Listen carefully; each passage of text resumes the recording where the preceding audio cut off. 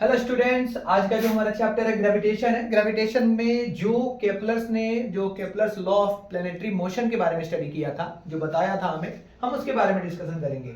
ये सिर्फ केपलर्स के बारे में है, बाकी जो हिस्ट्री कैसे स्टार्ट हुआ, ग्रेविटेशन का कॉन्सेप्ट कैसे स्टार्ट हुआ था कि हमारे सन हमारा सोलर सिस्टम का सेंटर है या फिर अर्थ है, इसमें कंट्राडिक्शन हुआ था, उसके बारे में भी हम लोग डिस्कशन करेंगे। लेकिन पहले हम लोग केपलर्स के बारे में समझ लेते हैं, केपलर्स ने कहा क्या था। केपलर्स का पहला जो स्टेटमेंट था, जो उसने बताया था, है ना, जिसका नाम है लॉ ऑफ ऑर्बिट। उन्होंने 3 लॉ दिया था। पहला लॉ का नाम था लॉ ऑफ ऑर्बिट, दूसरा उन्होंने दिया था लॉ ऑफ एरिया, और तीसरा जो दिया था लॉ ऑफ टाइम। इन तीनों के बारे में बताया था। इन्होंने बताया कि अगर हमारे सोलर सिस्टम में सन को हम लोग सेंटर मान रहे हैं और all the planets are moving around the sun, है ना, तो सन का एग्जैक्ट पोजीशन उन्होंने नहीं बताया था। उन्होंने बताया कि जो मान लो कि सन के चारों तरफ प्लैनेट्स मूव कर रहा है, तो उन्होंने ये नहीं उन्होंने बताया था कि ये सर्कुलर में नहीं मूव करता है। इनका जो फॉर्मेशन होता है, जो पाथ का जो फॉर्मेशन होता है, वो इलिप्टिकल फॉर्म में होता है। उन्होंने बताया कि जैसे मान के चलो कि पहला हमने स्टेटमेंट पढ़ा कि all planets move in the elliptical form with one foci of ellipse, double L है वहां पे, ठीक है। इसको उन्होंने लॉ ऑफ ऑर्बिट बोला। कैसे बोला वो मैं डिस्कशन कर रहा हूं यहां पे, कि अगर ये कोई डॉट पॉइंट है ना, ये कोई डॉट पॉइंट है और इसको हमने हमने एक स्ट्रेट लाइन यहां ड्रॉ किया। उन्होंने बताया था कि यहां पर जो सन का लोकेशन होगा, पोजीशन होगा, या तो यहां पर हो सकता है या तो यहां पर हो सकता है। उन्होंने ये चीज बताई थी कि सन का जो पोजीशन होगा या तो S1 पे होगा या फिर S2 पे होगा। क्यों ऐसा होगा? क्योंकि जब यहां से मूव करेगी हमारी अर्थ, हम अर्थ का एग्जांपल लेते हैं, तो क्या होगा एक्चुअली में, आप इस यहां से हमको ड्रॉ करना पड़ेगा एलिप्स। एलिप्स ड्रॉ करने का मेथड क्या है? 2 कांटी आप ले लो यहां पर, उसमें रस्सी बांध दो और एक एक्स्ट्रा कांटी लेकर के उस रस्सी को ऊपर उठाओगे ना, तो ये कुछ ऐसा आएगा यहां पर, ठीक है। एक डॉट यहां पर आएगा, फिर इसको नीचे कर लो, इस कॉर्नर से इधर करोगे तो फिर आपको यहां मिलेगा। तो कहने का मतलब है ये तो पोजीशन हो गया सन का, तो ये कुछ ऐसा मूव करता है, इधर भी आएगा ऐसे। तो उन्होंने बोला था कि अर्थ का अगर पोजीशन ये है तो सन का पोजीशन ये हो सकता है। इसके बीच के डिस्टेंस को उन्होंने क्या बोला था? R1, और या तो यहां जा सकता है जिसको उन्होंने बोला था R2, और R1 प्लस R2 का वैल्यू हर जगह क्या होगा? सिमिलर, मतलब कांस्टेंट होगा। उन्होंने ये चीज बताई थी। अगर हमने सन का पोजीशन हमने यहां ले लिया, then this is the distance, जिसको हम R1 बोलेंगे, और ये जो अगर सन का पोजीशन यहां है, अगर अर्थ वहां पर है, तो डिस्टेंस ज्यादा होगा। उन्होंने R2 बोला था। यहां R1 R2 का सम और यहां R1 R2 का सम क्या होगा? इक्वल होगा। और उन्होंने बोला था कि whenever earth is starting to move around the sun, then the formation of the shape of the path will be elliptical form, ठीक है। ये पहला लॉ उन्होंने दिया था और इस लॉ को उन्होंने लॉ ऑफ ऑर्बिट का नाम दिया था। दूसरा उन्होंने बताया था कि अगर, अब तो पहला हो गया, तो मैं फर्स्ट को यहां से इरेज कर सकता हूं ताकि हमारे पास कुछ जगह आ जाए, है ना, स्पेस यहां पर ड्रॉ करते हैं। सेकंड वाला जो स्टेटमेंट इन्होंने दिया था area of law of area के बारे में, उन्होंने बताया कि अगर ये हमारा इलिप्टिकल फॉर्म है ना, और ये पोजीशन है S1 और ये पोजीशन S2, हम S1 ही लेते हैं अभी, देन कोई पोजीशन हम दे देते हैं अर्थ का पोजीशन सपोज कर लो ये है। 1 सेकेंड में अगर पोजीशन, आप इसको ऐसे ले सकते हो, 1 सेकेंड में पोजीशन यहां चला गया, अर्थ का पोजीशन यहां चला गया, तो ये डिस्टेंस पहले था 1 सेकेंड पहले, और 1 सेकेंड बाद वाला ये हो गया। अब यहां से यहां जाने पर सीधी सी बात है, कुछ डिस्प्लेसमेंट हुआ, तो ये डिस्प्लेसमेंट हम पहला वाला ले रहे हैं, जिसमें वेलोसिटी भी आएगा और टाइम भी आएगा। ये चीज हो गया। तो उन्होंने बोला कि 1 सेकेंड में यहां से यहां तक ही जा रहा है, तो कुछ एरिया स्वेप्ट कर रहा है, ये कुछ एरिया ले रहा है, ये स्वेप्ट कर रहा है। फिर उन्होंने बोला कि फिर से हमने एक अलग टाइम पर हमने देखा कि इसका अर्थ का पोजीशन ये है ना, अर्थ का पोजीशन ये रहा, और 1 सेकेंड के बाद ये पोजीशन यहां पर आ गया। तो जाहिर सी बात है, जब यहां पर आया तो यहां भी कुछ एरिया स्वेप्ट कर रहा है 1 सेकेंड में। ये एरिया उन्होंने, मतलब वो अर्थ हमारी स्वेप्ट कर रही है। तीसरी बात उन्होंने बताया कि अगर अर्थ का पोजीशन ये रहा, यहां पर से मतलब यहां से शुरू करते हैं, तो 1 सेकेंड के बाद वो पोजीशन यहां पर आएगा, ये पोजीशन हो गया। अब उन्होंने बताया कि 1 सेकेंड में जितना एरिया यहां पर उसने स्वेप्ट किया, उतना ही एरिया, मतलब जितना यहां पर किया है ना, या फिर यहां पर किया या फिर यहां पर किया, तीनों का एरिया क्या होगा, सेम होगा।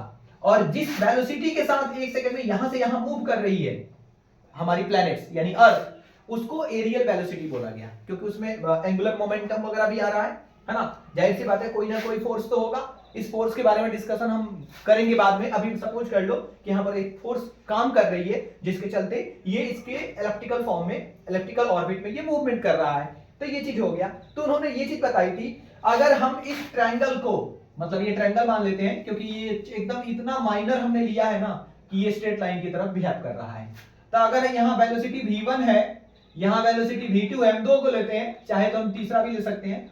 तो यहाँ पर जो एरियल वेलोसिटी है ना, क्योंकि ये किसकी पोजीशन को बता रहा है, अर्थ के पोजीशन को बता रहा है, और एक पर्टिकुलर डायरेक्शन में है, तो हम इसको क्या ले सकते हैं, पोजीशन वेक्टर, है ना। तो यहां पर हम मेंशन करेंगे कि एरियल वेलोसिटी ऑफ, है ना, पोजीशन वेक्टर, ये पोजीशन वेक्टर हो जाएगा। और पोजीशन वेक्टर अगर हम निकालते हैं तो 1/2 इंटू v1, और ये इसका बेस, मतलब ये तो हो गया इसका ये, और इसका बेस क्या हो जाएगा, ये वाला, ये v1 हो गया, यहां से यहां मूव किया वेलोसिटी के साथ, और ये r1 है, तो हमने यहां पर हम r1 ले सकते हैं। वैसे ही हमारे पास अगर सेकंड वाले को हम लेते हैं तो 1/2 v2 r2 हो जाएगा, और ये 1/2 कैंसिल हो जाएगा। दैट्स वाई हमने यहां मेंशन किया है v1/v2, v1/v2 और r2/r1। तो हम क्या देख रहे हैं फाइनली, जो वेलोसिटी है, जो एरियल वेलोसिटी है, वो किसके इनवर्सली प्रोपोर्शनल है, distance between the two planets. I am talking about the position of the sun and the position of the earth. तो whatever the distance is between the position of earth and position of the sun, that is r, that is equal to r। If the distance between the two planets, one planet earth and one star sun is more, then velocity will be less and vice versa। देख रहे हो ना आप, ये चीज उन्होंने बताया। इस तरह से उन्होंने एरियल वेलोसिटी फाइंड आउट करने के मेथड्स बताए। तीसरा लॉ क्या कहता है, तीसरा लॉ, इस लॉ को लॉ ऑफ एरिया बोला गया, तीसरा लॉ लॉ ऑफ टाइम बोला गया, लॉ ऑफ टाइम। इन्होंने बोला कि square of the time is directly proportional to the cube of the distance, cube of the distance, यानी टी स्क्वायर जो हमारा डायरेक्टली प्रोपोर्शनल है आर क्यूब के बराबर है। और यहां पर हम एक कांस्टेंट नंबर ले सकते हैं, तो के का वैल्यू क्या हो सकता है, हम उसको के ले लेते हैं, ये हो जाएगा T square upon R cube, यही होगा ना। टी स्क्वायर इक्वल टू, यहां पर क्या हो सकता है, टी स्क्वायर इक्वल टू के आर क्यूब, ये चीज बताया था।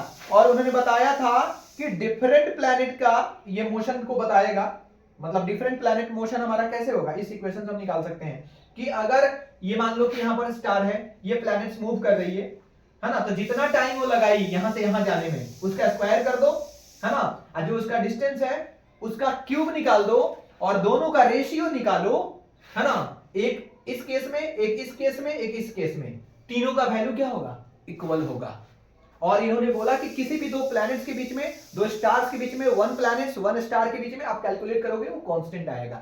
सो these are the three basic laws which is given by the Kepler's, which is also known as Kepler's planetary motion, laws of motion. Okay students, तो ये Kepler के बारे में था, है ना। इसके बारे में, इसके बाद हम लोग देखते हैं थोड़ा सा इसका बेसिक जो स्ट्रक्चर है, मतलब बेसिक हिस्ट्री जो है उसके बारे में, ठीक है। तो बेसिक हिस्ट्री मैं आपको अभी बता देता हूं, क्योंकि तकरीबन सबसे पहले टोलमी आते हैं, जब वो हमारे क्या बोलते हैं, वो जो क्रिश्चियन के जो मेन होते हैं, वो क्या बोलते हैं उसको, क्राइस्ट, उनका जब जन्म हुआ था ना, उस समय की बात है। मतलब उसमें कॉन्ट्राडिक्शन ये था कि उनके अनुसार, है ना, जो हमारा सोलर सिस्टम है उसका जो, उसमें जो अर्थ है ना, अर्थ जो होता है स्टेशनरी ऑब्जेक्ट है, और all the planets even sun is moving around the earth. उन्होंने अर्थ को क्या बोल दिया, हेड ऑफ द डिपार्टमेंट बोल दिया, है ना, टोलमी ने बोल दिया। टोलमी जब ये बात बोलते हैं वो तो ठीक ही है, टोलमी मतलब उस समय के लिए ठीक था, क्योंकि उन्होंने जो बोला था, है ना, उस पर सब लोग फोकस किए थे, ठीक है। ये क्राइस्ट का जमाना था तकरीबन उस समय। हाँ, एक और चीज है, उन्होंने उस समय क्या बोला था, अर्थ को उन्होंने जियो सेंटर बोला था। बाद में उसी समय मतलब हमारे देश में एक साइंटिस्ट आए थे, फिलोसफर थे, उस समय साइंटिस्ट को फिलोसफर कहा जाता था, जिनका नाम था आर्यभट्ट। आर्यभट्ट ने उल्टा बोला, उन्होंने बोला कि सन जो है एक्चुअली में उसको हेलियो सेंटर बोलते हैं, यानी सन एक तरह का स्टेशनरी ऑब्जेक्ट है, and all the planets are moving around the sun. उन्होंने उल्टा बोला, but there is no any communication system to transfer the information from India to western and western to India. ये इम्पॉसिबल था, तो इनका information यहां रह गया, उनका इंफॉर्मेशन वहां रह गया। बाद में एक और साइंटिस्ट आते हैं, है ना, मतलब बहुत जल्दी जल्दी जो आता है, कोपरनिकस और गैलीलियो। इसमें गैलीलियो का ज्यादा योगदान था। गैलीलियो ने भी ये बात बोला था, यही बात उन्होंने दोहराई।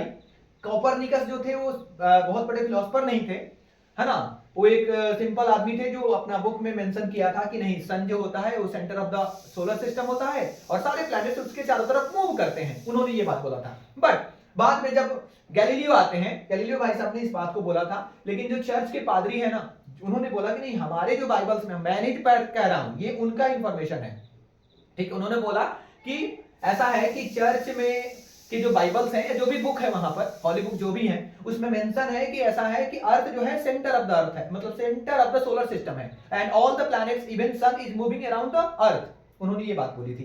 तो गैलीलियो से कहा गया कि आपके जॉब को खतरा है, आपको जेल कर दिया जाएगा अगर आपने इस बात के अपोजिट में आंसर दिया तो उन्होंने उस समय अपने को बचाने के लिए बोल दिया कि हाँ ये ठीक है। बाद में वो जब बाहर आते हैं तो उन्होंने बोला कि नहीं, मैंने गलत बोला था, सन जो है वही हमारा क्या है, हेड ऑफ द डिपार्टमेंट है, head of the solar system है, ठीक है। उन्होंने इस बात को माना, है ना। बाद में एक और साइंटिस्ट आते हैं जिनका नाम है टाइको ब्राही। टाइको ब्राही ने अपने जीवन भर इंफॉर्मेशन को कलेक्ट किया। उनके पास टेलीस्कोप था, वो अलग अलग प्लैनेट्स और स्टार्स को क्या करते थे, कैप्चर करते थे और उनके बारे में इंफॉर्मेशन लेकर के मतलब डायरी वगैरह भरते थे। वो अपना जीवन भर यही किए। बाद में उन्हीं के एक शायद प्यूपिल थे, शिष्य थे, जिनका नाम था केपलर, जोहान्स केपलर।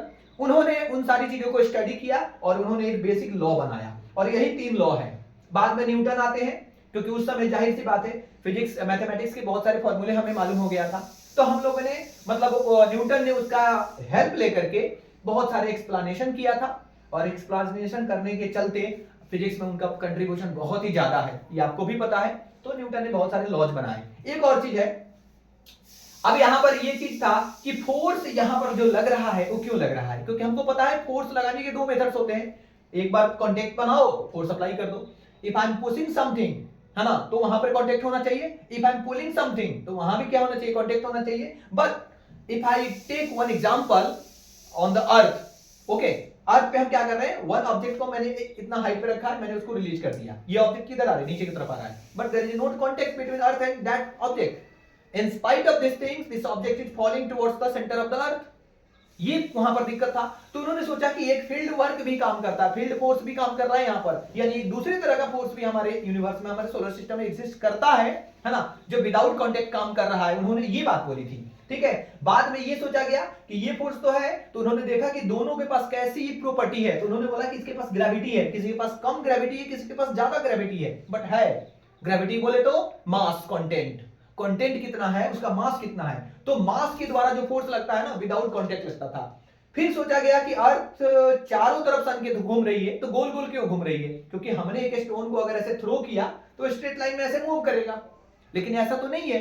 तो उन्होंने बोला कि एक धागा को, हमारे जो उस समय के साइंटिस्ट है, उन्होंने बोला कि धागा अगर पत्थर को एक धागा में बांध लो, उसको ऐसे गोल गोल घुमाओ, तो उसमें क्या आता है, फोर्स ऑफ टेंशन आता है। टेंशन के चलते धागा तनेगा और उसको गोल गोल घुमाएगा, और ये जो है फोर्स ऑफ टेंशन नाम दिया गया। वही फोर्स ऑफ टेंशन दूसरे स्वरूप में क्या बन जाता है, सेंट्रीपिटल बन जाता है, जो टुवर्ड सेंटर काम करता है। तो ये सारा बेसिक इंफॉर्मेशन था, लेकिन जो मेन हमको स्टडी करना था वो केपलर पर करना था। केपलर से हमने स्टार्ट किया। इसके बाद अगले क्लास में हम लोग देखेंगे ग्रेविटेशन का इंपॉर्टेंस, है ना, ये कैसे काम करता है, इसके लॉज क्या है ना, और उसका लॉज जो भी बनेगा और जो डेरिवेशन वगैरह बनेंगे वहां पर, उसका वेक्टर फॉर्मेशन भी देखेंगे, और फिर उसके बाद आगे की क्लास में भी हम देखेंगे। Okay, thank you.